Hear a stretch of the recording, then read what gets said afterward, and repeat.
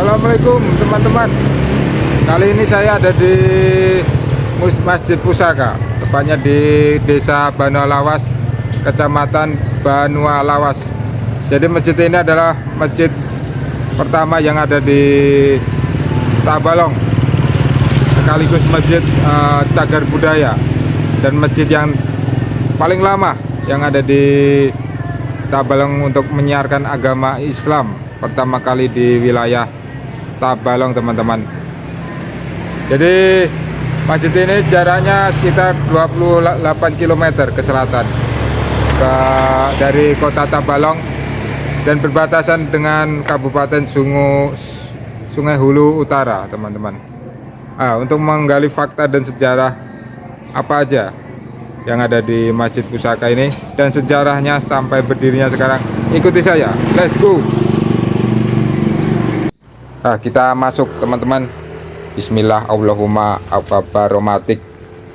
Masuk kita ke dalam, let's go. Jadi masjid ini dibangun abad 17 atau 1628 Masehi ini. Yang bangun itu Khatib Dayat Sultan Abdurrahman yang jariin Demak, yang berkunjung ke Banjarmasin terus ke Banualawas, Kalimantan Selatan nih. Kita masuk ke dalam kita. Ini peziarah dari mana-mana datang, teman-teman. Bahkan dari luar Tabalong, dari luar negeri, bahkan luar Jawa. Itu depan itu ada kaligrafi itu, ayat sholawat dan ucapan selamat datang. Kita masuk ke dalam lagi. Tadi ini pintu depannya ini masih bangunan zaman dulu nih. Ini jendelanya tuh ada sirip-sirip untuk sirkulasi udara. Bismillah, kita masuk dulu, teman-teman. Kita masuk sebentar ke dalam. Tadi saya udah izin sama pengurusnya masjid atau kaum untuk masuk ke dalam tempat ibadah dan diizinkan. Kemudian kita taati aturan aja, teman-teman. Jadi tadi itu ada tiang di dalam Masjid Pusaka. Nah, itu tiang nih. Nah, itu terbuat dari kayu ulin tiangnya. Nih, ada 17. Filosofinya itu dari rakaat sholat tuh sehari semalam tuh ada 17. Dan yang tengah-tengah itu ada 5 yang filosofi rukun Islam. Nah, ini sekat tadi itu sekat pembatas. Kita ke depan mimbar bentar. Ini mimbarnya ini. Jadi depan mimbar ini ada tempat khutbah. Jadi ada ukiran kayu, ornamen, jadi motifnya itu khasnya itu dari ukiran tangan penghulu Rasid, teman-teman. Ini tiang sokok guru. Awalnya ini pohon bambu 1625, terus 1669 itu diganti sama kayu ulin. Ada tangga tuh, tingginya 7 meter. Jadi zaman dulu itu belum ada pengeras suara, jadi kalau adzan itu naik ke atas, naik tangga ini. Konon katanya kalau kesini meluk yang ini bisa naik gaji. Ada bunga kantil kan, wangi banget. Ini menceritakan sejarah sokok gurunya yang ada di tengah ini, teman-teman. Nih, kalian lihat, ini wangi sekali nih buah kantilnya. Itu ada kain kuning dan bunganya juga di atas tuh, itu ke atas tuh, itu 7 meter itu. Jadi memandamkan sholat 5 waktu itu dulu masih manual, jadi nggak ada pengeras suaranya, teman-teman. Kita lanjut lagi ke depan. Kita lihat beduk samping kiri, jadi beduk atau daung. Jadi kita ke depan bentar, teman-teman. Jadi ini beduk atau daung itu umurnya sama dengan masjid ini, teman-teman, 1625. Tapi ini pohon ini itu dibagi 3. Jadi untuk Masjid Pusaka ini, untuk beduk ini, terus untuk masjid poin kanan ada Masjid Paran Paringin di Balangan itu. Nih, jadi ini kayunya itu dibagi 3. Yang satu di sini itu. Nah, kalau kulitnya ini sudah diganti, ini kulit kerbau. kayunya masih asli nih, kayu ulin. Sebagian udah diganti karena pelapukan itu tiap hari kan kena udara luar, hujan panas, jadi tidak sesuai dengan aslinya. Kita lanjut lagi teman-teman ke kanan. Nah, ini petaka bagian tertinggi suatu atap zaman dulu nih aku buka teman-teman. Jadi petaka ini kalau sekarang ini seperti bulan sabit lah di atas kubah. Nah, ini satu bikinan sama beduk tadi. Nah, ini dibuat oleh Khatib Dayan, pembawa agama Islam yang ke wilayah Tabalong tadi, khususnya Banu Lawas. Nah, ini dikasih kaca. Nah, selain agar tidak cepat rusak, agar terhindar dari tangan jahil teman-teman, impornya gitu. Karena infonya ini bisa membawa penglaris itu, jadi kayunya itu sering dicongkel, lama-lama habis nanti. Nih teman-teman, tahun berapa tuh, 1900-an saya masih menemuin kayu kayak gini nih, di masjid-masjid pesisir utara Pulau Jawa lah, yang sekarang sudah langka ya, karena bangunan masjidnya itu kan sudah diganti tuh, tembok semua. Sebelah kirinya langsung berbatasan dengan sungai ini teman-teman.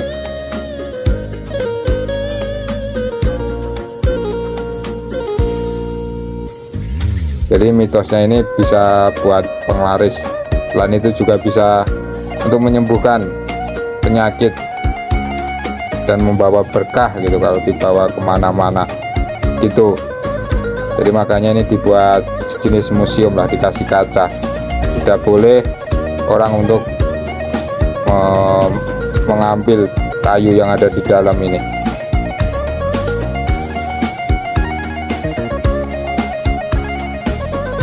Kita lanjut lagi. Jadi ini kendil atau tajo. Jadi ini peninggalan Dayak Kaharingan teman-teman. Konon kendil ini buat mandiin anak-anak suku Dayak Kaharingan zaman dulu. Yang lebih unik ini teman-teman, kendil ini itu berusia 200 tahun sebelum masjid pusaka ini dibangun. Jadi lebih tua dari bangunan masjid lah, sudah ada pokoknya sebelum Islam masuk ke Banu Lawas ini, kendil ini udah ada nih. Tuh lihat nih, ada dua, terbuat dari tanah, mungkin tanah liat lah. Bagus sekali ya, barang-barang yang dibangun leluhur kita itu sangat awet.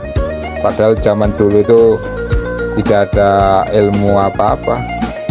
Tadi yang laki-laki itu kiri, yang polos tadi, yang kanan. Sedangkan yang kiri itu basir, perempuan kan. Nah, ini potongan tiang guru, jadi tiang utama, yang namanya Malunta di sini. Jadi ceritanya ini ada nelayan mau jaring di sungai. Jadi kayu ini kena jaring, terus berulang kali, lalu dibawa pulang, ditaruh di rumah dekat pohon pisang. Ini ceritanya semalaman. Nah, ada orang menangis dan dicari-cari. Nah, ternyata pohon ini yang menangis, lalu dipelihara sama yang punya kayu tadi, yang nemuin.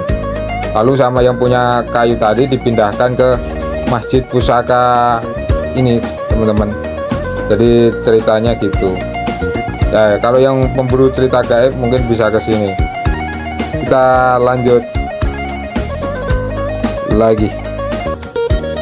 Ini mungkin masih ada kodamnya ini, jadi aku agak jauh aja ini, agak ngeri juga nih, dengar ceritanya. Oh, ini bongkol tiang guru tengah. Ini tongkat peninggalan Khatib Dayat. Jadi setiap khotbah sama sholat 5 waktu selalu dibawa ini. Ini ada 3 buah tongkat ini teman-teman. Ini terbuat apa ini? Dari kayu, apa kayu kesono keling ya? Kalau nggak kayu nangka ini. Nih di dalam kaca ini. Ini dari tahun 1625-an, 1625 nih sampai sekarang. Ini tongkatnya ini sangat sakti, bisa menghilang. Kita lanjut lagi teman-teman. Ini udah hampir agak siang ini, mau Jumatan juga. Nih, oh motifnya kayak gini, tongkatnya sampai bawah di alas.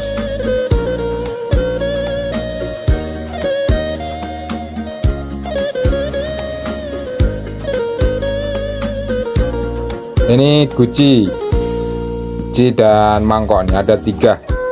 Nah, gucinya satu ini bermotif naga, yang satunya ini polos, yang kecil ini yang polos. Ini agak kayak ini ya, kayak kendil buat minum itu, apa itu namanya. Yang bawah ini mangkok, ada 3. Ini naga semua namanya. Biru warnanya, ornamennya kayak naga. Ini kita lanjut lagi teman-teman. Ini foto Masjid Banu Lawas zaman dulu. Ini Khatib Dayan yang masih waktu menyiarkan. Nah ini makam Khatib Dayan teman-teman. Jadi makam Khatib Dayan ini di Banjarmasin, satu komplek dengan makam Sultan Suryansyah. Nah ini foto Khatib Dayan di depan masjid dengan jamaah masjid. Ini foto sejarah masjid dan tiang masjid. Foto yang terbaru, foto sejarah masjid dan tiang masjid. Ini sejarah kendi tadi dan keramat dari kesaktian Masjid Pusaka ini teman-teman. Ini masjid juga yang terbaru. Ini berbentuk kayak apa ya, bangunan Jawa sih, semi joglo gitulah bangunannya itu. Tidak. Nah ini sebelah kanan ini ada makam penghulu Rashid dan warga sekitar teman-teman. Jadi Abdul Rashid atau penghulu Rashid ini putra pribumi Banu Lawas atau pejuang lah waktu melawan kolonial Belanda, dan tokoh agama juga. Dulu selain menyebarkan agama Islam, Masjid Pusaka ini sebagai buat nyusun strategi lah dalam melawan penjajah Belanda teman-teman. Jadi kita mendekat ke makamnya. Ini pas hari Jumat ini, jadi banyak berziarah ke sini mendoakan leluhurnya atau orang tuanya lah. Ini ada nisan makamnya, luas banget nih sampai belakang sana. Tapi saya lihat ini sudah tidak ada makam baru lagi nih, tapi kurang tahu juga ya ada makam baru lagi enggak ya. Bismillah, sambil mengingat kematian kita menuju makam penghulu Rashid teman-teman. Ini jalannya ini menuju makam ini di keramik ini, jadi enak juga nih, memudahkan peziarah ke makam penghulu Rashid. Ini makamnya ini nih dikasih kijing atasnya teman-teman. Konon ceritanya itu, maaf ya, hanya bagian tubuh saja yang dimakamkan.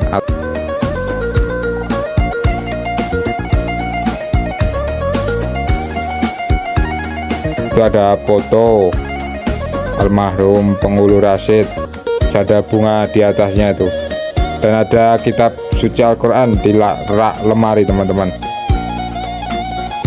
Ini ada kijing juga nih, kijing kalau di Jawa namanya kijing. Ini batu nisan penghulu Rashid. Itu ada tulisan ayat suci Al-Quran. Ini dipagerin semua, ini tidak boleh orang untuk masuk, jadi hanya ziarahnya hanya di depan ini. Oh, ada yang ziarah, ada yang lagi ziarah.